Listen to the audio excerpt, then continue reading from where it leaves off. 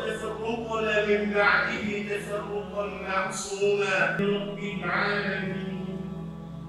Alhamdulillahilladzi la ilaha illallah. Syariat Islam di Aceh dicanangkan pada zaman ini, pada masa ini tercatat pada pas masuk bulan April 21 tahun sudah bersih.